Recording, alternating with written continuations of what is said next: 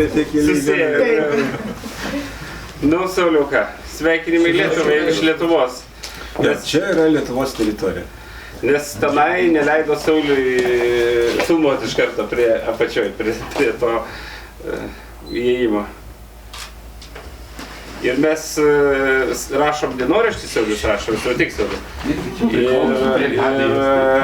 patalpinam ir į Facebooką, ir matyt, mūsų rėmėjas Lietuvos rytas, tai tikrai su ambasadorium ir ambasadoj matyt bus žinutė Lietuvai, kad atvyko.